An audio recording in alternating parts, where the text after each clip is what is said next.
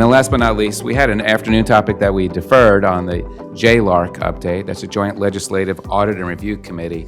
They did an extensive exercise on school funding of state resources, and again, standards of quality. And we actually had, and Mr. Holland and Mr. Winslow were present at our Audit and Finance Committee. At JLARC's request, they are going around the state and talking to as many people as possible. They're very proud of this effort they put into this report.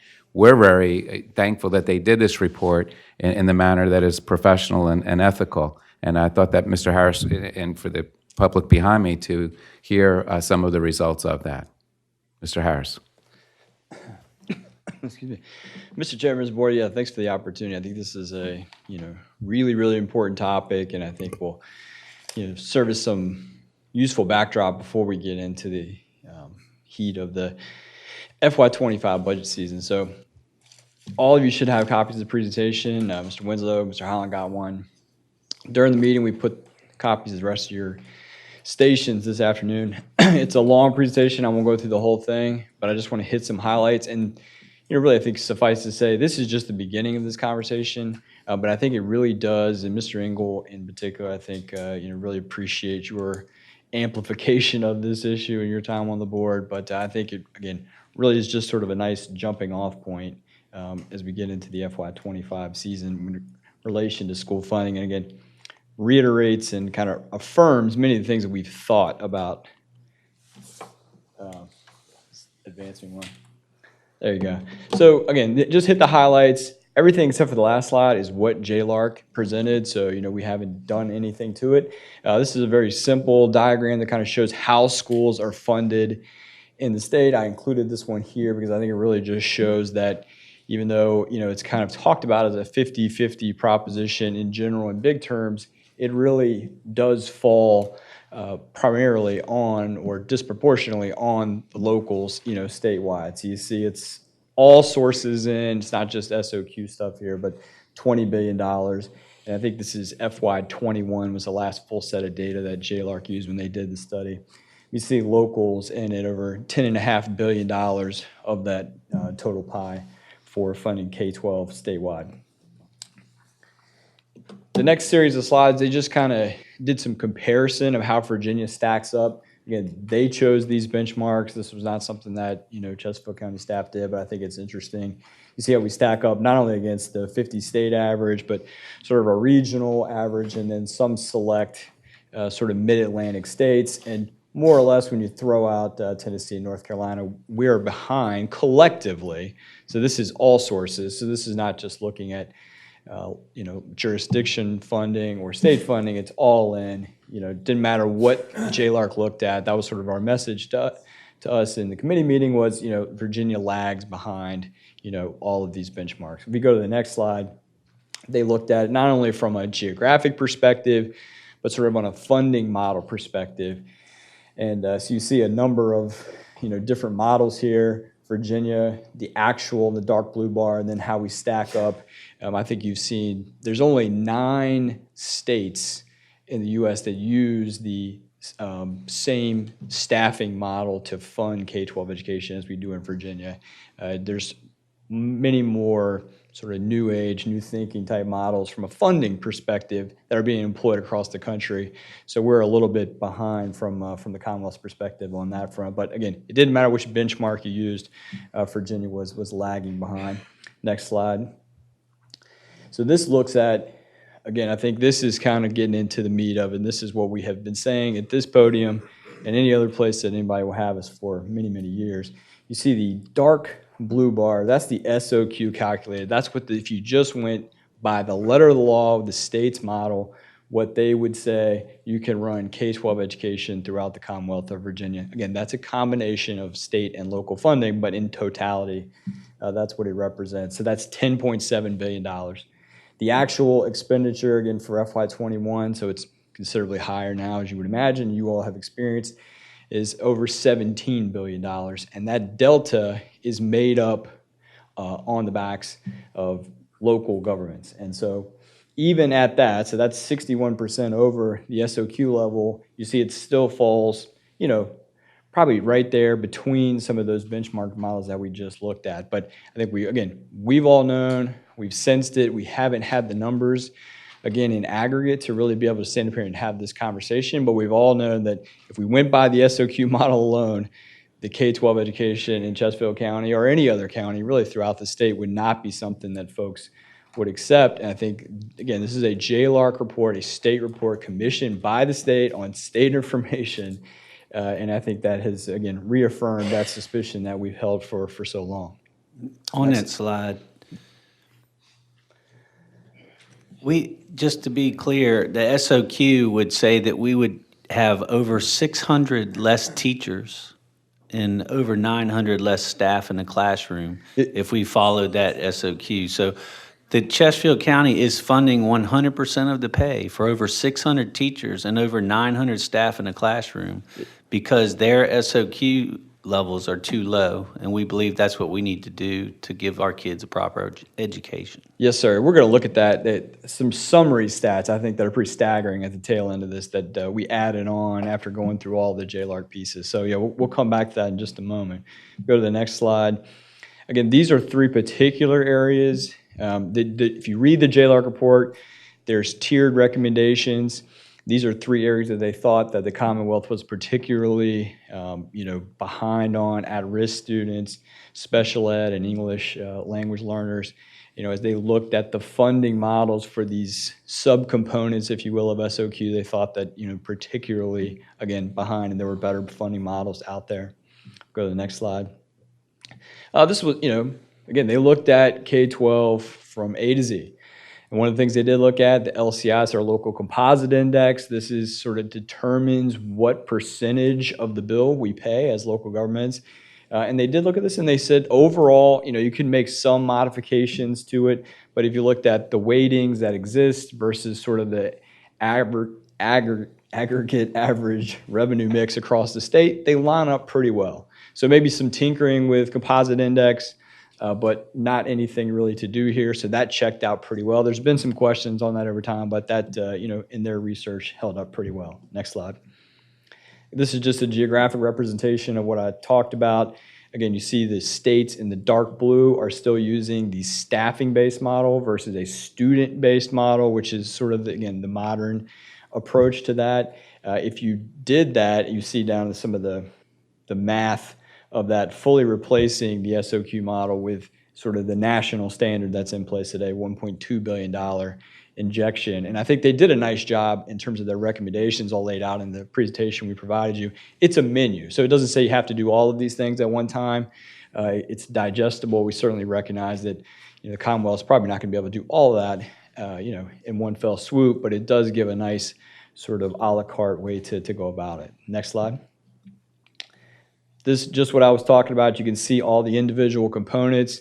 All in here, you've got in excess of $3 billion of recommendations. But again, they're near-term, long-term, and it's laid out very well. This is, doing this presentation tonight, at least giving you a little sense of it. Lines up well. Ms. Spillman is here. Y'all's legislative agenda is on your consent. And this is certainly something that we, in partnership with the school division, are going to be pushing very hard with our legislative folks. We have a joint legislative event in early December. And we would consider bringing JLARC back out and not only have the 10 sort of local folks, but all of our General Assembly members hear this in first person and make sure everybody is up to date on it. So this is something that you're gonna hear tonight, but you're gonna hear from us again and again. I know we have a blog going out on some of this information. Will go out before the end of the week just to try to spread awareness on what we consider to be a very good topic. So we go to the last slide here. Mr. Engel, to your point, these are summary stats for just to kind of put this in different terms. So the SOQ says 113,000 positions statewide to run K-12 in the Commonwealth.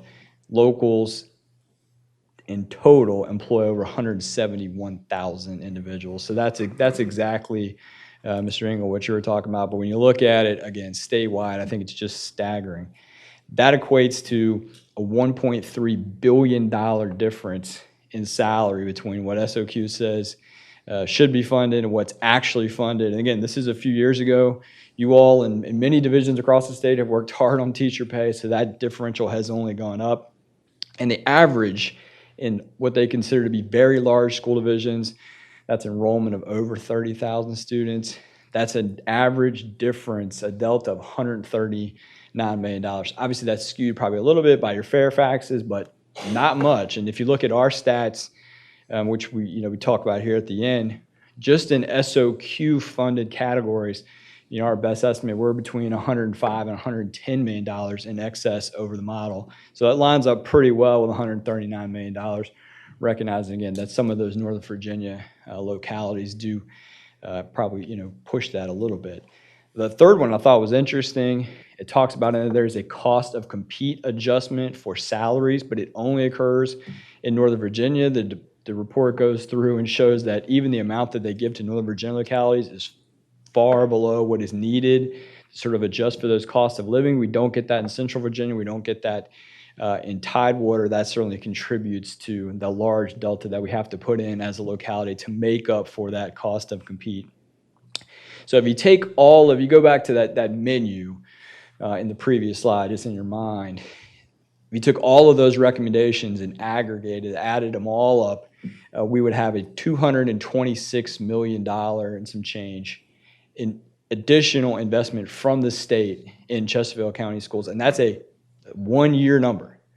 You did everything on that list, which, again, we recognize they're not going to get all that done in 1 year. But I think it really puts into scale the dollars that we're talking about. If you consider this, and talking with Dr. Casey, you drag that back a few years, and as many years as this has been in place, and some of the things that they did coming out of the Great Recession have never been restored. I mean, it doesn't take long to get to a massive amount of underfunding by the Commonwealth by their own admission.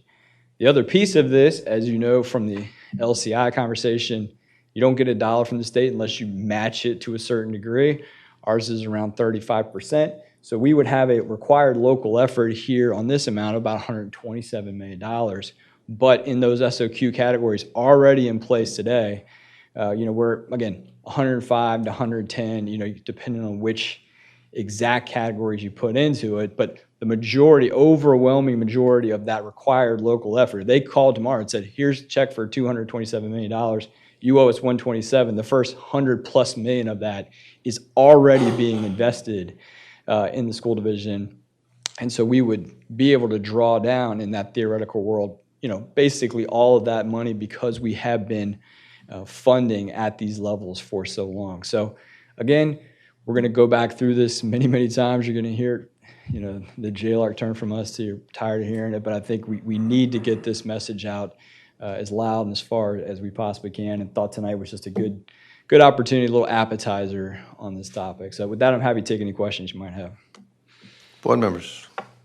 Mr. Winslow. Mr. Chairman, Mr. Holland and I did hear this report from JLARC, and we certainly want to thank again JLARC for coming to Audit and Finance and sharing this with us. Obviously, the numbers are not a huge surprise to those of us who have been on this board for many years and have watched the state's annual funding conversation as it relates to local schools. So $105 million over the SOQ. I think that's an important number because I think that represents close to, let's say, 30 cents on the real estate rate.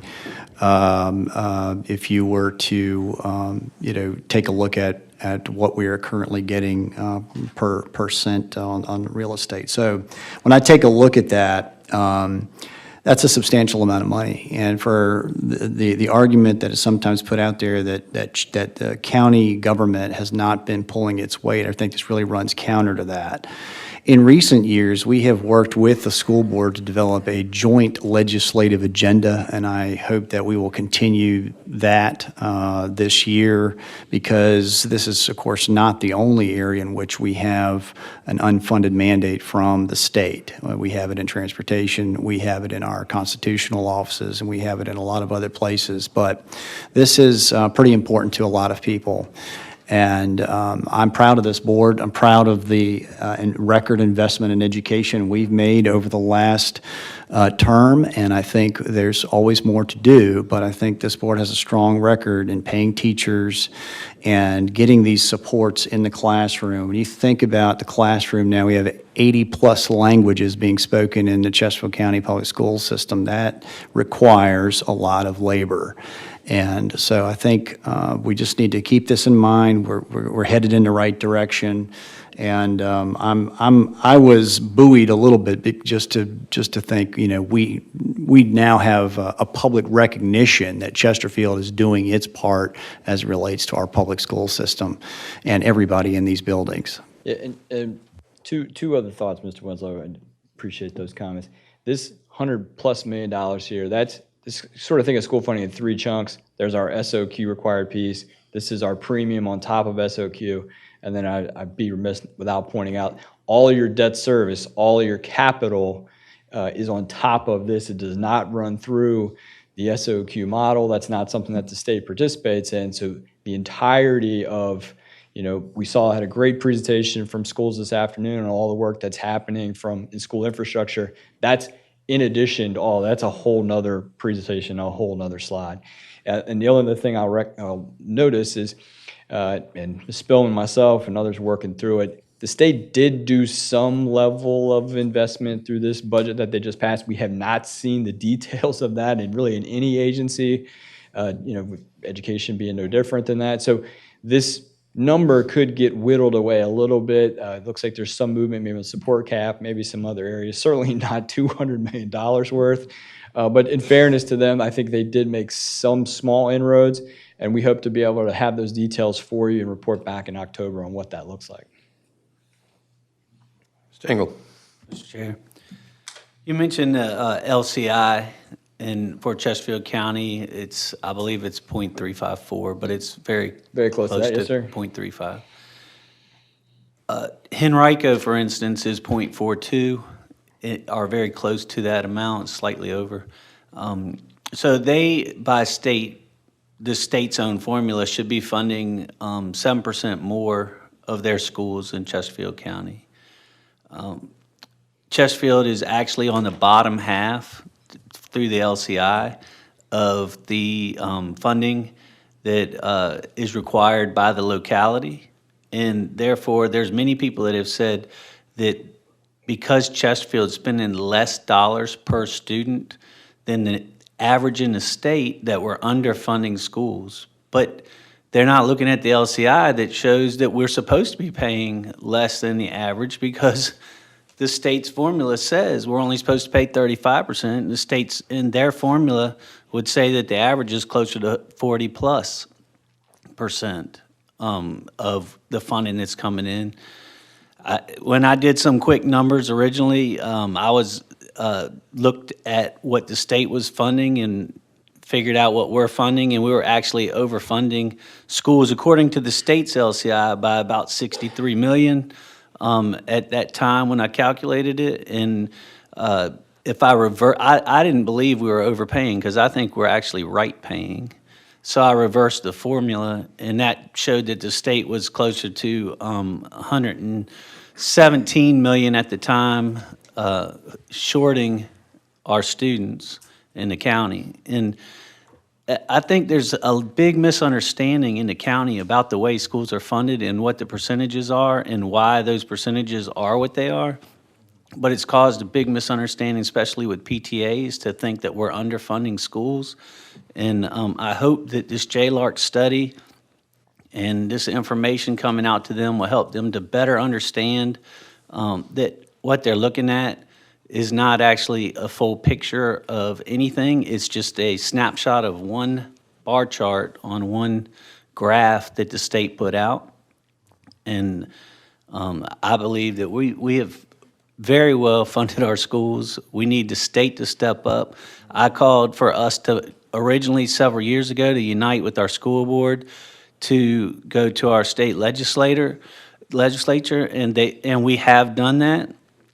And then I went to the next step and said, not only do we need to partner with our school board, But we need to partner with our regional peers in the area. And at the time, I was thinking Henrico, Hanover, school systems similar in character to ours. But after conversation with yourself and some others, we are members of the Plan RVA and the Crater PDC, and I'm calling for all of our partners in both the Plan RVA and Crater PDC to sit down with their school boards and work with us and sit down with our state legislature on a bigger picture, on a grander scale, and share this information and demand that the state fund our schools so that our students can get adequate education. Thank you. Dr. Miller. Thank you, Mr. Chair. In many ways, this is a validation. It's a validation that we have been funding the schools to a level, and that the Commonwealth has not met their obligations, and the JLARC study clearly states that they have not. Even with all that validation, we have so much work that's left yet to be done. I am concerned about, I'm tired of seeing the annual list of the best high schools in Virginia not be including a high school from Chesterfield. And I'm unsure as to what the why is. We can throw as much money in, and let's just, as a quick reminder, no doubt that we've all worked hard. I'm new to the Board of Supervisors, but I can also recognize so much work needs to be done so that in the end, we are feeling very proud of our schools and they're doing the work they can do, and that the students are coming out of it and they're prepared for whatever they need or want to do in their lives. So I don't want to fall into kind of the thought of rationalization. Well, we've worked so hard. I mean, the taxpayers are the ones been footing the bill. And that means that they're the ones that have been holding this load, carrying this load for the Commonwealth. But in the final analysis, we need to make sure that we partner with the board, we partner with the Chesterfield Education Association, with the school board, with the CEA to work together. The power struggle, nobody wins in a power struggle. And so how can we work together? So when they say fully funding the schools, are we making sure that the kids are safe?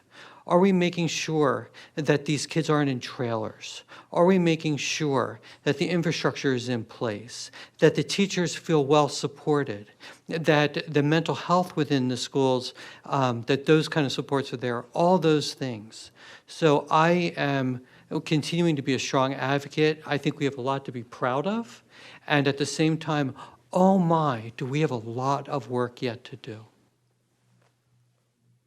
Mr. Holland. Mr. Chairman, that I will link from that point. We have a lot of work to do. We've done a tremendous job, and this report is evidence of what I've known for many years, and that is that the formula was flawed and that the funding should have been far better.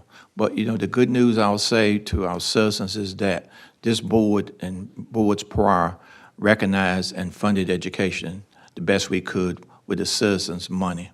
Their tax money, because it's not our money, it's their money. And so this board has done that. When we did the teacher pay plan 3 years ago, no one in the region was doing that but us for all Chesterfield County.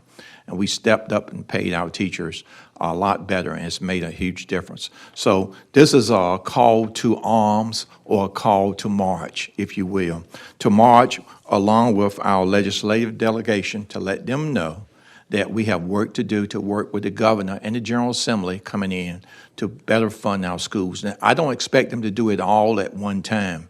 The good news is that as I understand it, the governor did put $635 or $650 million additional this year in his budget for education. That's a good news, and that's a great start.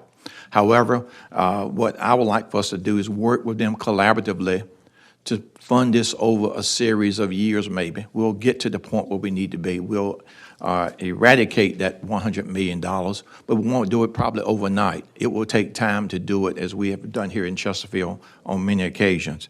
And also, we are asking, and my colleague now on the Audit and Finance Committee are going to ask our school board members to sit with us as we go through reports such as this, as we go through our budget for the upcoming year, so that we can have our school board representatives meet with us so that we can discuss this together, as well as our chair and vice chair, who also meets with their school counterparts, chair and vice chair.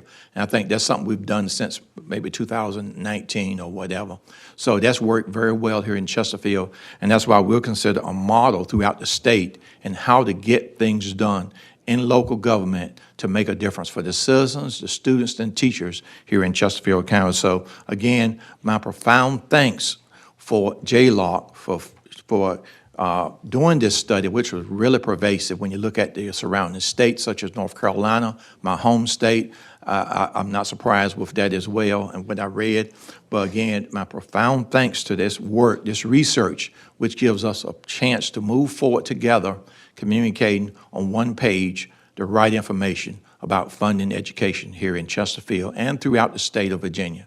Because I am fully believing, and I believe that we can be the #1 state in the nation in education. That's one of my goals, not only to make Chesterfield #1, but to make Virginia #1 in the nation in education. We can do it, and I shared that with the governor when he came about a month ago. I said, we can be #1. We're considered 4th in the nation, but we can be #1. And I think the governor believes that as well, and I'm willing to work toward that end. Thank you for sharing this tonight. And of course, I thank my colleagues for their hard work and what they've done to make a difference here in Chesterfield County. Thank you, Mr. Chairman. Holland. Yeah, I think it's important, the presentation that you did, to get it out into the community to understand that, what JLARC actually is.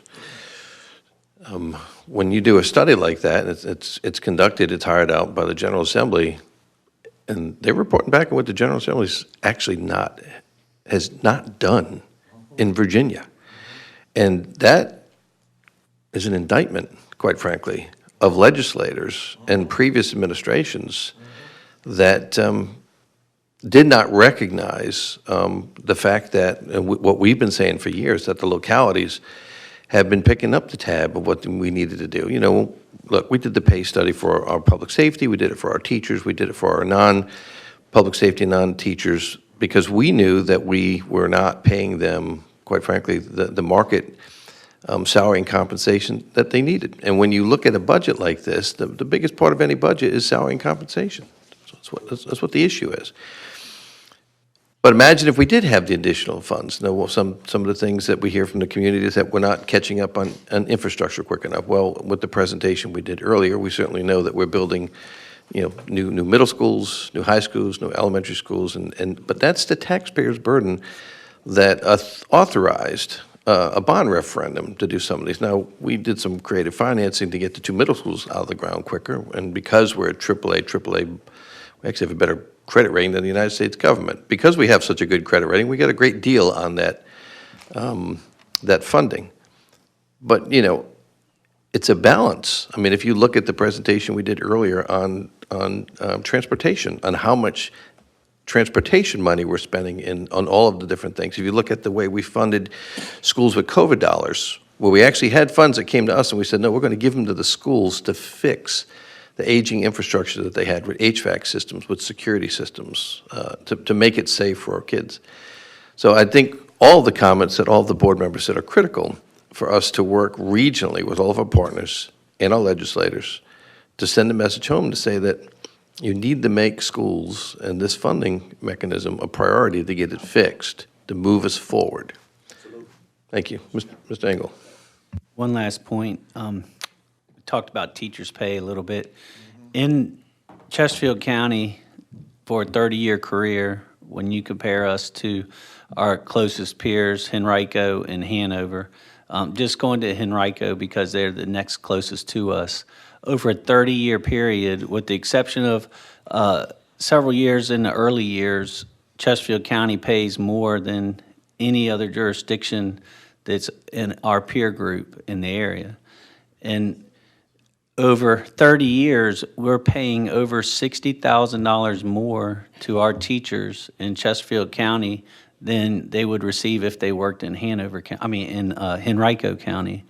And I think people don't understand that because they think that if they look at our, say, Tier 10, which is 10 years, they think that they would look at Tier 10 for Henrico. But Henrico only gives a teacher pay raise once every 3 years. So Tier 10 in Henrico is a 30-year pay salary, not a 10-year pay salary. So I think there's been a lot of misconception on that as well. But we are far outpaying over 30 years any other jurisdiction that is our peer in the area. Thank you. Dr. Miller. Kind of picking up with Mr. Engel, I mean, we can't pay the teachers enough. I mean, what they do is priceless. Income is important, but they're paying attention to outcome. They're paying attention to the kind of students that ultimately will be able to be successful in whatever they decide. So I agree with you in that we were doing a good job. That being said, the question is, or just remembering that what they do is priceless. Mr. Chairman, I just have to chime in on that because I think that's so very important. We did an excellent pay plan 2 years ago, when I served as chair of this board. And I was so proud of that. What we did for a 10-year teacher, for example, was a 10% raise here in Chesterfield County. And I believe we can do better. I think we can do more, and I think the state needs to do more as well. But collaboratively, we can truly get to that point where we pay teachers truly how they should be paid, because education is a wonderful thing for any community, and that's what makes Chesterfield County unique. We value education. Our citizens value education. And so when we can work toward paying our teachers more and better, I'm in full support of that. So thank you. I just had to say that as it relates to our last pay plan, which I was very pleased to approve with this board 3 years ago as chair. Thank you, Mr. Holland. I think the key measure to look forward in the future is to make sure that we work with the school board to make sure that when their budget comes forward, that we are looking at the salary to make sure that we are moving it, countermeasure it forward as we need to continue to be competitive, not just for teachers, but for all of our county employees. And that's an important factor moving forward. It's one thing to put the pay plan in place. It's another thing to make sure you're funding it every year. And that's going to need to be a priority in the future so we don't go backwards. And that's, I think, very important. Thank you.